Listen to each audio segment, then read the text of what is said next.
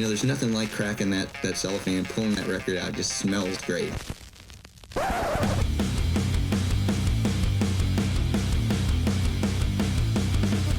Welcome to BODS Mayhem Hour. Non-stop hardcore energy. I love the show, guys. You're awesome. Unlike any other. With your host, John the Bod, a.k.a. the Bod Father. Man, this stuff rocks.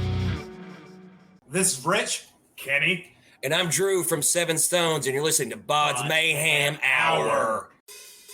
The views and opinions of the guests do not necessarily reflect the views and opinions of BODS Mayhem Hour, its staff, affiliates, or sponsors. Parental discretion is advised. Welcome to BODS Mayhem Hour. Hey everybody, welcome to BODS Mayhem Hour. I'm your host, John the Bod, aka the Bod Father. And as always, bring you guys and gals awesome interviews. Today it's an honor and a privilege to welcome the band SevenStones, and they have released their new album entitled Hurt Turns Into Hate via Pavement Entertainment. Also, you want to check out single No Safe Bet and catch SevenStones on tour this May, starting with Texas Hippie Coalition, May 20th. And I think that runs through June 17th. And I just had Big Dan Rich on the podcast a couple of weeks ago. Hell So this is awesome. So guys, welcome to the podcast. If you don't mind, please introduce yourselves. What's up, guys? I'm Kenny from the drummer. I'm Drew Elliott. I'm the lead singer and rhythm guitar player. Richy, I play bass. Isiah, McDaniel, guitar. So let's talk about this right off the get-go. Being in Chattanooga, Tennessee, how difficult has it been for SevenStones, being a metal band, to get to book a show in Tennessee, or is it pretty easy down there right now? It's relatively easy. Oh, wow. Yeah, there's a good underground metal scene. It's all underground, so not a whole lot of people really recognize it or notice it. But and we're in that in between of being hard rock and metal. So like some of the big metal shows that come through here, we were like, don't fit the bill, but we still get some of those gigs. And then some of the hard rock people that come through, or just rock in general, like we just played with Buck Cherry this Tuesday, and so I mean, helps us out. Like, having a wide range of what we do kind of definitely helps us get better and more shows around here for sure. I can see you guys fitting in with Tom Kiefer and stuff he's doing right now. So Hey, we're down. We're down for anything, man. And it's bad, and I hate to say this, but when you think about Tennessee and you're being like a metal rock band, it's like, oh God, we're never going to get any shows. But it seems like Tennessee has like broadened its horizons in the past, 20 years with music now. It's not just mainly focused on country as everything is. And there's a lot going on in Nashville as far as rock and metal goes too. Mm-hmm. Yeah, there's an underground scene there really well. Like Country music capital of the world is not all country. Let's take by any means. And think about this, man. There's a lot of musicians that's rock, heavy rock, that's moved to Tennessee now, specifically around Nashville. Yeah. It's crazy. I mean, you've even got people like Sean Morgan from C that are writing country music. That's what he does now. And he lives in Nashville, yeah. I mean, That he is does wild. That is wild. So how excited are you guys to have this new album, Hurt Turns Into Hate, out right now? How excited are you guys? Not this excited. Yeah. That excited. That excited? Add a little bit more. Add a little bit more to it. I think the end of it like way over there. It's been a long time, and a lot of the songs we've had for a while, just because of all the pandemic again. I hate that we have to keep saying that, but after this whole cycle, I think we could be done with it. But it just kind of slowed everything down for everybody, and like we've had members come and go, and now we solidified a lineup to where we wrote more, and we finally got to put everything on one and get it out to everybody, and it feels good, man. We're pumped. Like big shout out to Pavement too for everything they've been helping us with and everything, and we're excited to actually start hitting the road a lot more. I call it the plandemic, and I know I'm going to take some heat for that, but I don't care. It was the plandemic. Okay. It's your fucking show, man. But how difficult was it for you guys to sit on this and be like, look, we got to get this out. I'm sick of sitting on this. Let's go. Let's do something. It sucked, but it worked out the way it needed to in the end, because we finished recording everything. Was it last October? It was before then, because those last 3 songs we kind of all knocked out at once, and then we had to sit. It had to be before October, wasn't it? No, it was still warm outside. So if that And it gives still you doesn't any- matter. It was 65 degrees on Christmas. Like, Yeah, I ain't this gonna is the change South. anything. When we say warm, we mean 80 degrees outside. Yeah. See, folks, let me just interrupt you guys right here. That's how us Southerners talk, okay? That's how we tell. That's how we tell the difference in the season. Well, it's still warm outside, so it had been about August or September, and then that's how we do it. tail season. That's what. This is the first album released via Pavement Entertainment. How's it been working with those folks, and especially those folks wanting to have you on the record label? It's been fantastic so far. I mean, we're doing like a marketing deal, and then hopefully pushing for to be like fully on with label and getting signed and all that. But Okay. they've helped us out so much. They've been really cool, Tim and Mark. Just getting a little bit of their knowledge has helped out fold, and them backing us and being behind us. We never expected that. Like we wanted it. We always want somebody to believe in what you're doing, and I think these guys do. I mean, we're picking up some traction finally, and we have them to thank a lot for it. How has touring been impactful for this band? For some of the bands that are out there that's new, they think, oh, let's just go hit the road. This is going to be great. I mean, this is where you're going to cut your teeth, whether you're going to do this or not. How impactful has it been for you guys? We could go back to the first tour that we did last September. It was with Yngwie Malmsteen. Oh. We got yes, thank you. I'm not going to say much. Okay, I'm going to let that one go. We're not going to comment on how he was as a person. We went on tour and we were super cool and thankful that we got to go on a tour with a big name. So that was cool. We learned a lot. And a big shout out to Beautiful Skeletons too, the other band we're with. We knew it was cost incurring, but we didn't know how cost incurring it was with transmission falling out from under our van and trailer falling off of our van. Leaving Ohio, going into Kentucky. And because of that trailer falling off our van, I lost a Adidas flop. Oh, God. You're still stuck on that ruined my shit. life. Let it go. It's a fucking shoe, bro. You could get another one. But we'd almost die for that. But also true. I mean, you lose stuff. I mean, you go on tour on your first one, you eat a bunch of ramen, smell a bunch of sweaty dudes for a while. But get used to not showering. And the nighttime is the moments you live for, where you get to play for people and they love hearing what you do, and you don't get that often. So it's like, especially in different cities, man. Yeah. Like if you're not well known, but you're touring with a big name, there was a lot of rough spots. It was tough being on the road with Yngwie, not getting, green rooms or anything like that. But again, great learning experiences, and we could be mad as hell at each other before we got on stage. But, as soon as that sound check, if we got one, is over, you're there, you start playing, everybody starts reacting and stuff, and it makes it worthwhile. And then that hour and a half is phenomenal. And then you get back in the van, go to the next place, maybe drink a little bit of whoever's not driving.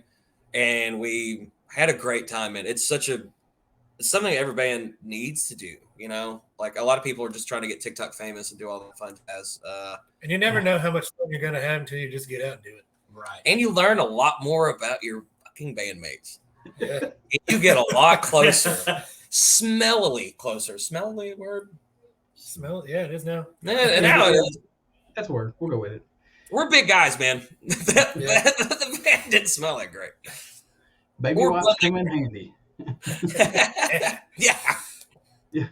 And the way you want to support a band, wet wipes and baby wipes. Get them a ton of them, okay? And buy our shirts, for the love of God. Yeah. Buy a t-shirt.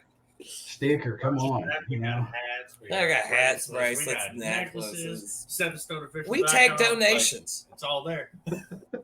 This is a donation. I'm doing that phrase to say this. It is. Donations are wonderful. Like, again, we'll sell pics. Like, I'll cut you off like a couple of my hairs or something. We'll do a lot of things. After going on that first tour, did that open the doors up more for you guys? It did, and it didn't at the same time. It put, I guess it put Pavement more on notice of like that we're willing to do that kind of thing. Yeah, commitment. And being committed, and then Yngwie's crew and management and everything, they enjoyed us. We had a blast with them. All those are good dudes. His band's awesome too. And it definitely helped out with that. And So if you're not a piece of shit, it actually goes really well in your favor. And, if you're willing to help out, even though it's not fun for you sometimes, it goes a long way. Be respectful, like either way, and don't be an asshole. Like that goes for anything, not even musicians. Just don't be a piece of shit human being. Come on, it's not that hard, So it definitely helped us out in the long run because Pavement was more like, okay, these guys want to do this shit, Oh, you guys want to go on more? Yeah, we do. Yeah, we want to do this. So how did this band come together? Well, this lineup has been what a question. A cluster, but the original lineup was just friends from high school, and we had thoughts and dreams, and then life happened. People quit. Had replacements, then life happens. People quit. Picked up Isiah off of that. Thankfully, he actually tried out for drums first after Jacob had left, and then our guitar player decided to leave at the same time. So after he tried out for drums, and he was like, "I know that was rough, man." I was like, "Come back tomorrow and play guitar." And he was like, "You shit me?" And I was like, "No, come back tomorrow and play guitar." And he was like, "Hell yeah, got the job." And then we had another guy, Adam, good friend of ours, that was playing. And then again, life happened. He went on when we went on a solo tour a few months ago. He was with us for half of it, and then he couldn't. So Kenny joined us in Portland, and thankfully, and flew all the way to Portland to meet our dumbasses. Wow. And Kenny was like, "I'll stay." I was like, "Thank God." Like, okay, we're good. And then as soon as we got back, we were a 5-piece at that point, and I think that's everything that everybody's been getting is like, oh, they're a 5-piece with these 2 people, and like no, like 2 of them are gone now, and we're back to a 4-piece. And just a lot of people can't take the life on the road. Like, no, we all work 40 to 60 hours a week. Everybody's got families and stuff, and this is a second job, but it's our dream job, and it's all in, man. It's fly or fall. Yeah. Do you like that? That was cheesy as fuck. And that was cheesy as fuck. But we're here for it. Kenny was like, "Can I please stay? I like to play music." We like to have fun, don't we? We're very lucky that he wanted to stay, actually. But it's kind of today. You're not going to quit, are you? Mm-hmm. He's like, no, we're good. It's kind of like one of those meant to be things. You see these pieces moving and going and interchanging, and then finally, just out of nowhere, you got your group. You're like, wow, this is it. This is everybody that we need. Yeah, this is it feels good. Playing with who we've got right now, it feels really good. We know where our head's at for most of the time. But it's every ass heads up there. So. But I think we're all on that level of dedication. Like, I mean, Kenny put his 2 weeks notice in today. So again, we're all in, man. We're all in for it. And it's not for everybody though, but we're doing what the hell we can for sure. What led the track "No Safe Bet" to be the first song released off of this album? What was it about that song for you guys that said, yeah, that's got to go out, or did Pavement Entertainment suggest that one? A little bit of us and a little bit of Pavement, actually.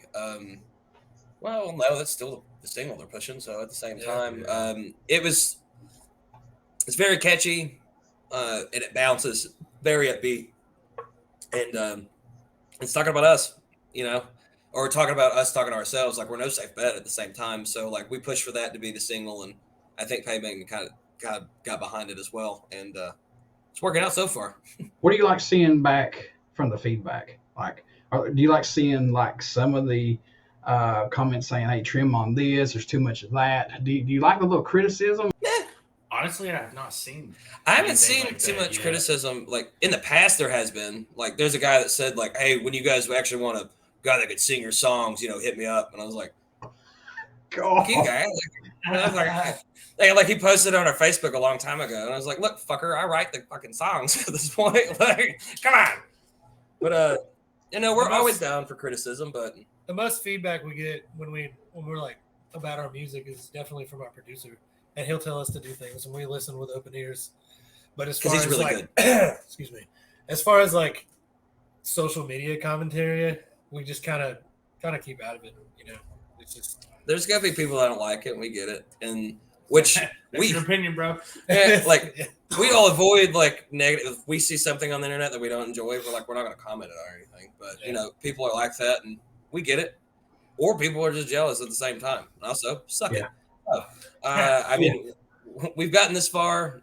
Dalton Skinner is our producer, and he's fucking awesome too. And we're very happy with the product we push, and we're of the. I guess that everybody's still on the same mindset of all feedback is good feedback. Yeah, because it's gonna push people to look. So. Oh yeah. Yeah, trust me, I know about having thick skin. I'm a podcaster. Yeah, we're all blue collar workers, man. We come from military families. Like, you better have thick skin. Keep your feelings in the truck was what I was always told. Yeah, I mean, I have an accent, and I don't give a fuck. You like my podcast or you don't. I don't care. I do, but you know, can't please everybody. So. Yeah, don't listen. We like it. A lot of other people like it. So I mean, and if you tell us it's something specific that you don't enjoy, that's cool, but they'll be like, "Oh, this just sucks." It's like, okay, yeah. But why? Yeah. Yeah. No, it just sucks because it sucks. I mean, yeah, like you said, why? It just sucks. Okay. Yeah, I'm gonna lose so much sleep over that comment, bro. Yeah, you think on that and come back. Was there a track on this album that totally ended up sounding different than what it was intended to? I know the ones I was involved in pretty much stayed the same, except for No Safe Bet. We added a lead line in the studio. Oh, yeah. Because the way we wrote it was for one guitar. Yeah, because we were a 4-piece when we first wrote it, and I wasn't playing guitar on those. And I remember listening back to him, and I was like, "This sounds fucking weird, man." He was like, "Because I had to put lead parts over, dumbass." I was like, "Oh, okay, yeah, that makes sense now." Yeah, through Rich and Drew, it definitely threw them off and threw them for a loop when they heard leads on it when we got it back from the studio, and they were like, "What the fuck is this?" And I was like, "It just makes it sound." I dug it. Yeah. Oh yeah, we liked it. We were just like, "What the hell?" He got the Newstead treatment. What are you doing him that way for? What the hell? Oh wait. To answer that question, like personally, I would say it'd be break. Like because the lead, there's a lead part in break that was added without us knowing. That was added without us knowing, and then we get the final version of it. It's on there, and it's like, okay, I like it, but oh yeah, it sounds really good. Sounds really good, but yeah. Yeah. All right. I know these are your babies. I understand that. But are there any tracks standing out more to you, each of you, than any right now on the album? I know everybody's got their favorites, but do you have any that stand up for each of you? Hurt Turns Into Hate, the title track, I thoroughly enjoy. And I helped write guitar parts on that one, so that's why I kind of guess and it's one of the few he still plays live, too. That's why I have fun with guitar sometimes. You got to. Do I have I'm curious about his answer as well. I don't know. As far as like musically and like favorite one to play live would have to be Save Today. So you guys know that. It's just okay. Fun. It's just fun. It's the double kick. I have the same answer. See, I'm the new guy. I did not write or record any drum parts here, so I'm just playing the parts. So playing wise, Save Today. As far as like the song itself that really speaks to me would probably be Break. Speaks to you? Yeah, man. That's because I fuck in the beginning of it. Well, I mean, that's good. It Break doesn't hurt, but like meaning wise and everything about it, like Break would be my honorable mention because live I chug a beer during the second verse. That one's fun. I enjoy playing it too, but yeah. But I like do it. Why have we not talked about doing this together before? I only need one hand. Well, you got to jump on the train, dude. I always bring 2 beers on stage. One's for I like don't look hydration. at you while we're playing a fucking show, so I've never seen you do that. One's for hydration. One's for that specific part in our closing song. And it's like 2 bars where I'm just hitting an open note, chugging. So I chug while I chug, and it's fun. Double chug. I didn't think of it that way. But would you choose, like, is it? But my favorite song to play, and I don't know, my favorite song just in general right now, this week, is Flower Fall. This week.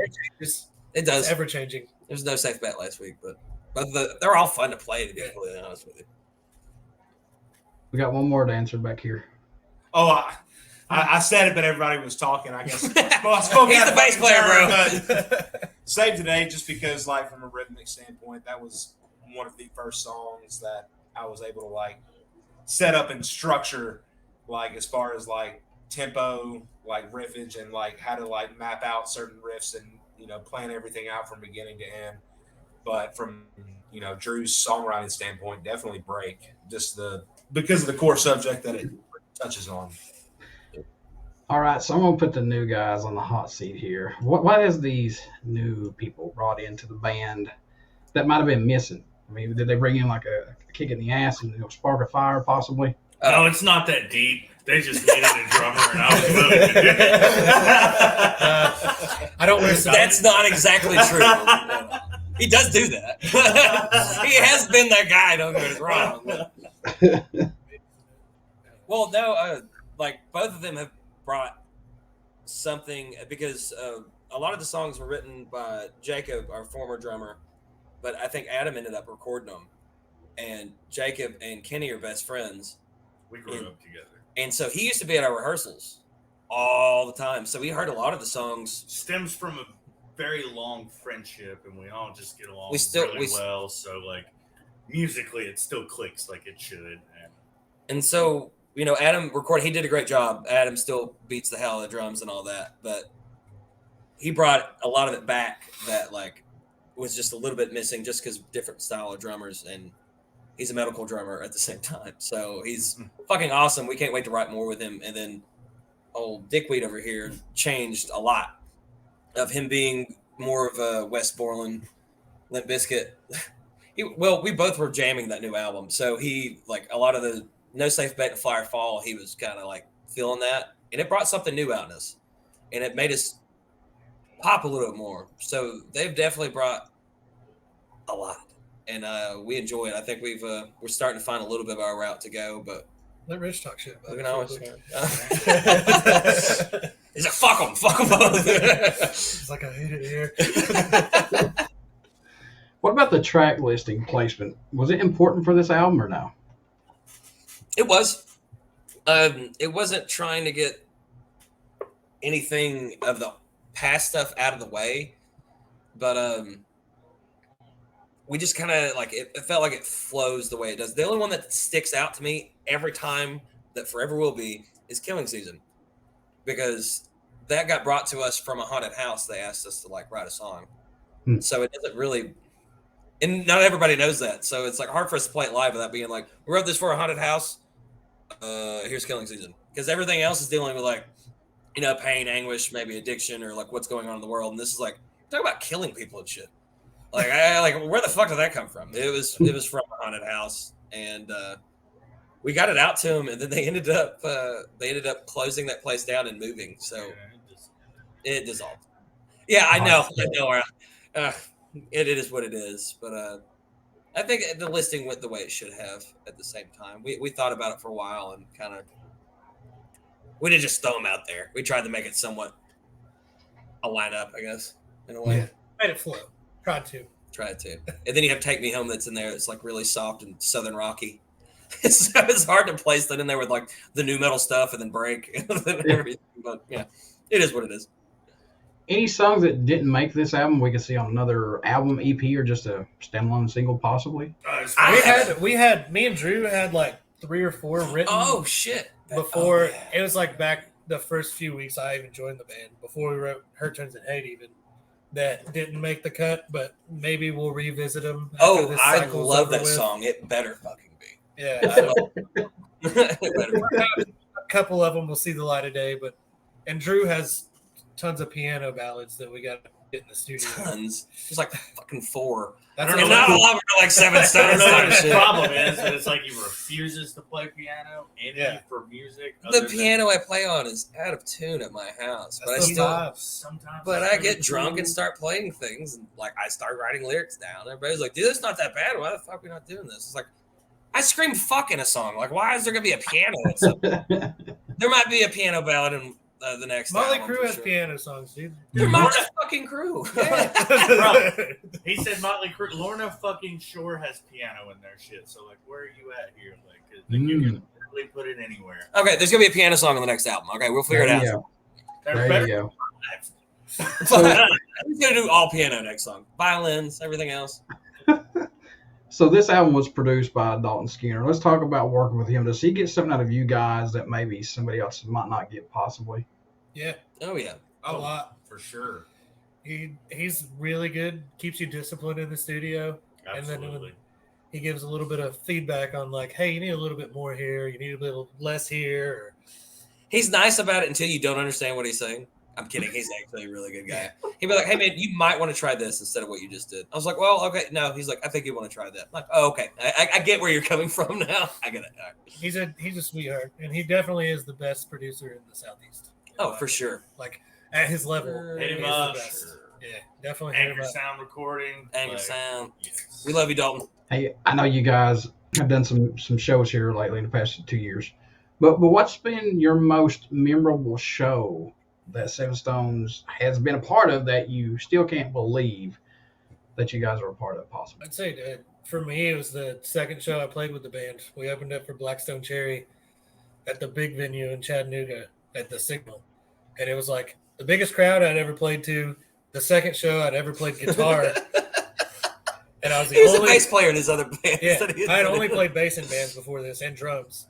And my second show ever playing guitar, I was the only guitar player that night because his rig shit out on him.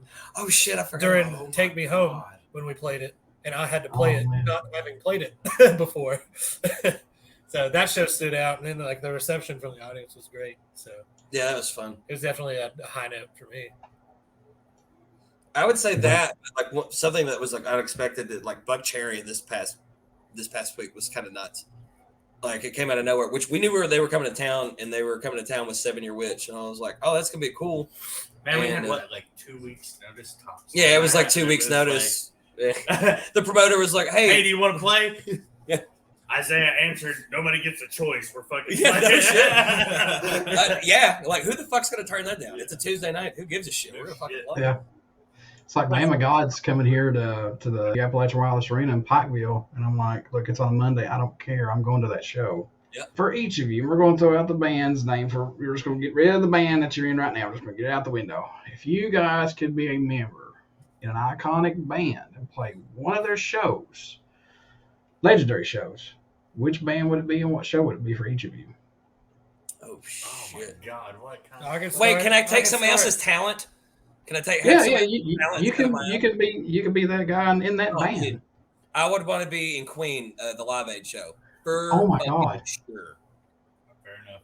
Okay. I said you get to pick a like time and era. And it doesn't matter. Does not matter what era, what time, anything. I want to see that. I wanted to be there. I wanted to be on stage. I was too young to physically fucking be there in a different country, but I would have. That's my answer, hands down. I do Limp Bizkit at Woodstock. 99. Touche. That was a good answer. I figured he was Pantera in Moscow, but that's a runner up for me. But I'm a big Queen fan. Answer. Oh, sorry. God damn it! Yeah, you ruined it, man. You blew it. That's definitely my answer. What's your answer, Rich? Pantera in Moscow. Pantera, Monsters of Rock. 91. Yeah. That's a good one. That's a good one too. Oh my gosh. I got to be Joey Jordison in the first Knotfest tour. Ooh. Oh. Damn. God, we are swinging for the fucking fences out here. I'm going to say this right now. Yeah. Queen's Live Aid, that show has been mentioned almost every time I've asked that question. Fuck! I wanted to be different. No. That's good because that shows you how much of an impact that freaking show. I mean, I watch it and I still get chills watching it. Yeah, I watched it before the movie came out and I was like, holy shit, like who does that? I don't want to go out there and sing. I don't want to go out there and sing like Freddie Mercury. I just want to go out on stage like him and go, oh, everybody echo back with me. Yeah. That's all I everybody hit those notes too, man. They follow along with it. That's insane. Yeah. And Pantera's Moscow one, that was just mentioned just in my previous interview with that was my runner-up. Here's the kicker with Trevor Phipps of Unearth. He mentioned that show. Ooh, oh, nice. You're a good Cotton. That is insane. First time Limp Bizkit from Woodstock 99 has been mentioned. And I've even thought of that show too. I mean, you could take many, Yeah, I would have said any band from that specific Woodstock because Korn did that one. Yeah. Korn was Yeah, there. but Green he started a riot that night. So, like, I mean, why not? Look, Green Day was even there, and they had stuff thrown at them on stage. They had mud thrown at them. I think it was 99. Yeah, It may not have been mud. Mixture of both. That's very true. I don't want to know what else. I don't want to know what else was thrown up there. You know, I could anyway. We're going to be touring with Texas Hippie Coalition, one of my other favorite bands later this month. How's it feel getting back on tour with those guys to support them? Oh my God, we can't wait. And we get to open the tour in Texas with Texas Hippie Coalition. I've said that a lot, but it does not change our excitement whatsoever. And then we're going to New Orleans. We're not. Well, it's a good thing we got a couple days off after that. Woo! It's a good thing we got a couple days off after the band. I'll say this, man. I've met a lot of musicians. A lot of them's been great, but Big Dad Rich is one of the most humblest people I've ever met in my damn life. I can't. He does not make a difference in any cloud of who you are or what color you are. It does not matter what your tag is. It does not matter. To him, it's just you. You are you. That is it's it. crazy going from Yngwie to him. So this will be a huge breath of fresh air. That was so we tell each other that was the best first tour we ever could have went on. Oh yeah, because every tour seems like sunshine and daisies, no matter what happens or anything. So like, we love hearing great feedback because everyone said that those guys are sweethearts and they're the best to be around. So that's all. I've seen Texas Hippie Coalition many times, and the reason I fell in love more with this band was I got to see them on the Danzig 25th anniversary tour with Doyle and Butcher Babies and a pale horse named Death. So there was a guy that was blind, and he was making his way through the crowd, and Big Dad Rich just stopped. He said, "Look," he said, "everybody over here, back up, let him come on up, protect him, watch him. Let him do his thing. If he falls, help him up. We're all brothers and sisters here. Let's help him. Let him do his thing." And from that day on, I was like, I love this guy even more. Yeah. I was like, oh my God, man. I love it when artists are like that, you know, especially like people that you look up to. It makes you feel a lot better about like what they're doing because they have a huge impact on people. Like a lot of people forget that. Yeah. And they don't need to, man. You're in the position you're at. They pay to be at your shows, to buy your merch. Like, be nice, man. Again, don't be a dick. Like bowling for That's it, man. That's the moral of the story every day. You know, just smile because that can mean everything to somebody who's had a crappy day or a crappy week or just don't have any interaction with anybody. So, yep. All right, folks, you want to get out and pick up SevenStones' new album entitled Hurt Turns Into Hate via Pavement Entertainment that's out right now. Also, check out their single No Safe Bet. You won't be disappointed, trust me. And guys, how can everybody stay in touch with SevenStones and buy this album, tour dates, all that good stuff? How can they do that? SevenStonesOfficial.com. We have everything on there. We got all the links, merch, and if you guys are requesting anything, let us know because we'll try to do what we can at the same time. Every link you could ever need is on that website. Yes. And I'm also going to have all the links down here too. In the description, everything will be down here too. Yeah, there. So. Yeah. Click it. Music video Click for it. No Safe Bet. Click the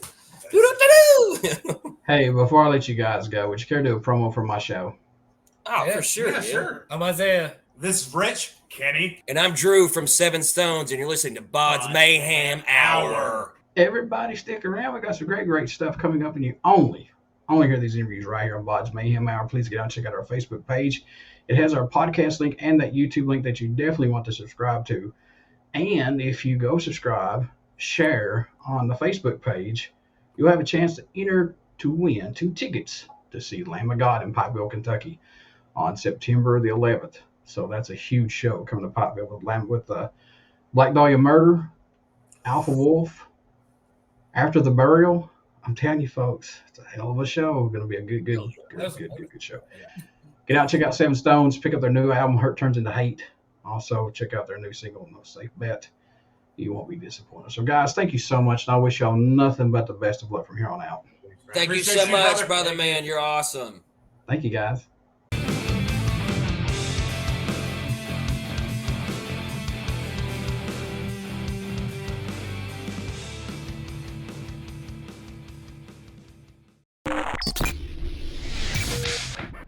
You're listening to BODS Mayhem Hour.